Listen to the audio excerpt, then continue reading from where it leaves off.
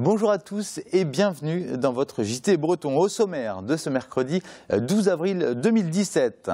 Pour ses 10 ans, le zoo de Trégomeur dans les Côtes d'Armor s'offre 3 lionnes d'Asie, des espèces rares, peu visibles et protégées. Une vingtaine de mines d'uranium exploitées en Bretagne jusque dans les années 80. Des associations environnementales veulent absolument acquérir des détecteurs de radioactivité pour prévenir de la dangerosité de certains sites. Et si vous mangiez des algues ce soir à Concarneau, des sorties sur l'Estran vous permettent de les identifier pour les cuisiner. Et comme chaque jour, nous retrouvons un reporter du Télégramme. Aujourd'hui, Hervé Chambonnière. Bonjour Hervé. Bonjour. Vous revenez sur le quadruple meurtre de la famille Troidec. Qu'avez-vous de nouveau? Écoutez, on en sait davantage sur le scénario du crime. Merci Hervé, on se retrouve dans une poignée de secondes. Bienvenue à tous dans cette édition du mercredi 12 avril 2017. Une nouvelle école de Brest victime d'une erreur administrative. Le Brest Open Campus, ouvert en septembre 2016, avait obtenu la mention d'établissement reconnu par l'État fin février. Un mois plus tard, le rectorat est revenu sur sa décision. La direction de l'établissement est surprise et craint un amalgame avec la reconnaissance des diplômes. Il s'agit pourtant de 2 mentions différentes. On écoute un responsable du Brest Open Campus au micro de Frédéric Lorenzo. Le 24 février, je reçois un document récapitulatif de l'enregistrement de notre établissement auprès des services du rectorat. Et sur ce document est stipulé que nous avons la reconnaissance de l'établissement par l'État sous la tutelle du ministère de l'Enseignement supérieur et de la Recherche. Le 29 mars, rebondissement, le rectorat nous contacte à nouveau pour nous dire il faut qu'on discute. Il y a eu une erreur administrative. Et finalement, la reconnaissance par l'État n'est pas acquise. Bon, on ne l'avait pas demandé, ce n'est pas grave. Le fait que nous n'ayons pas la reconnaissance de l'établissement par l'État, et j'insiste dessus, n'a rien à voir avec la reconnaissance des diplômes. Depuis des années, les diplômes de l'IFAC, de l'EPSI, de Subdécom, qui sont d'excellentes écoles reconnues, et des écoles spécialisées dans leur domaine, depuis des années, ces diplômes sont reconnus par l'État. Et ça, évidemment, ce n'est pas remis en cause. Je vous l'annonçais dans les titres, des associations environnementales, dont Rosglas, entendent bien contrôler le niveau de radioactivité d'anciennes mines d'uranium bretonnes. Pour cela, les membres souhaitent faire l'acquisition d'un détecteur capable d'évaluer la dangerosité des sites fermés depuis une trentaine d'années. Et Karine Chevrolier nous en dit plus. Voilà, le minerai était stocké sur cette zone. Et c'est aujourd'hui la zone qui est restée contaminée par des poussières probablement. Environ 0,55 microsieverts ici. Donc on est à 3-4 fois le niveau normal. Et pourtant, ce petit chemin de campagne est accessible à tous et rien ne révèle la présence de radioactivité. Mais une autre problématique est soulevée par ces anciennes mines d'extraction, la fragilisation des sols. Ici, il y a 3 galeries, une à moins 30 mètres, une à moins 60 et une à moins 75 mètres. Le puits, c'est un puits vertical de 78 mètres de profondeur qui permettait d'accéder aux galeries et d'extraire le minerai. Ça s'affaisse régulièrement. Et là, dernièrement, il s'est affaissé, il y a un trou de 5 mètres de profondeur. Depuis, Areva, l'un des leaders en énergie nucléaire et propriétaire de cette mine, a signalé le site et limité son accès. Ces risques, les associations antinucléaires les pointent du doigt depuis de nombreuses années. Elles réclament plus de visibilité. Nous, on demande 3 choses. Au minimum, c'est que l'information elle soit en mairie et qu'elle soit conservée dans la mémoire, qu'on ne puisse pas oublier qu'il y a effectivement une zone contaminée au niveau radiation. La deuxième chose, c'est qu'il y ait une information pour le public. C'est-à-dire que quelqu'un qui vient randonner, qui vient se promener, il puisse savoir qu'effectivement, il y a des zones où il est préférable de ne pas rester. Et la dernière chose qu'on demande, c'est que le site, s'il est dangereux, il soit clôturé, c'est-à-dire qu'on ne puisse pas y accéder tout simplement, ou qu'il soit nettoyé. Aujourd'hui, Rosglas, en partenariat avec d'autres associations, se lance dans l'acquisition d'un détecteur de radioactivité plus performant. L'appel aux dons est lancé pour aider en partie à son financement. Dans la nuit du 16 au 17 février dernier, les 4 membres de la famille Troidec disparaissaient, assassinés par Hubert Kawissin, beau-frère et oncle des victimes. L'affaire avance, on fait le point avec Hervé Chambonnière, reporter au Télégramme. Alors Hervé, le Télégramme consacre demain une page à l'affaire Troidec. Qu'est-ce que nous apprenons de plus, Hervé ? Écoutez, nous en savons plus sur la personnalité de Hubert Kawissin, nous en savons plus sur les clés de l'enquête et surtout nous en savons plus sur le scénario du crime. Alors selon Hubert Kawissin, la nuit du drame, Pascal et Brigitte Troadec l'auraient entendu entrer dans leur maison et seraient descendus de l'étage à pas de loup. Ils auraient surpris Hubert Kawissin au rez-de-chaussée. Toujours selon lui, c'est Pascal Troadec, son beau-frère, qui se serait rué sur lui. « Je vais le tuer », aurait-il hurlé.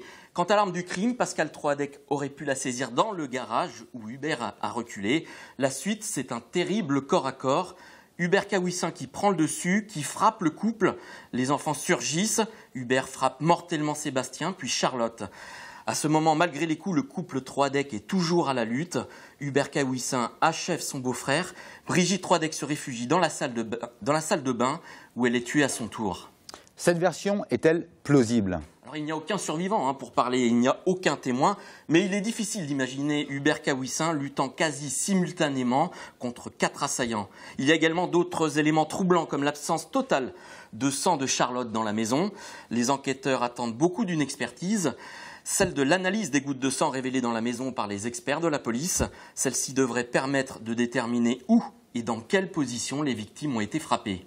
Et en fonction des résultats, justement, que risque Hubert Kawissin ?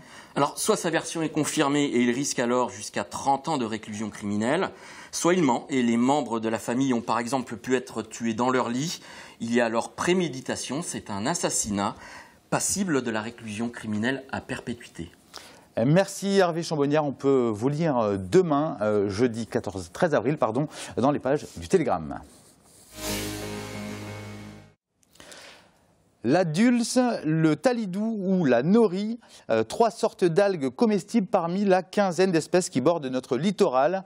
Pour accéder à ce garde-manger naturel, il n'y a qu'à se baisser et pour savoir repérer ces délices iodées, il faut suivre l'un des nombreux ateliers proposés sur la côte, comme c'était le cas à Tréguin ce mercredi matin. Pauline Ferco a bien sûr chaussé ses plus belles bottes pour vous rapporter ces merveilleuses images ensoleillées. Bottes, paniers et carnets de notes, le petit groupe de curieux est équipé pour suivre un atelier de découverte des algues. Sur la plage de Pendruck, à Tréguin, c'est Dédé le guide. Algoculteur, mais surtout passionné et partageur, il organise régulièrement des sorties sur l'estran. Objectif, que chacun puisse s'approprier ses trésors culinaires. La plupart des gens, ils ne connaissent pas, quoi. Ils connaissent les poissons ou les coquillages, mais les algues, ils n'imaginent pas qu'on puisse manger une quinzaine d'espèces à peu près, quoi, en Bretagne. Le groupe est séduit, comme Christine, une concarnoise très attentive.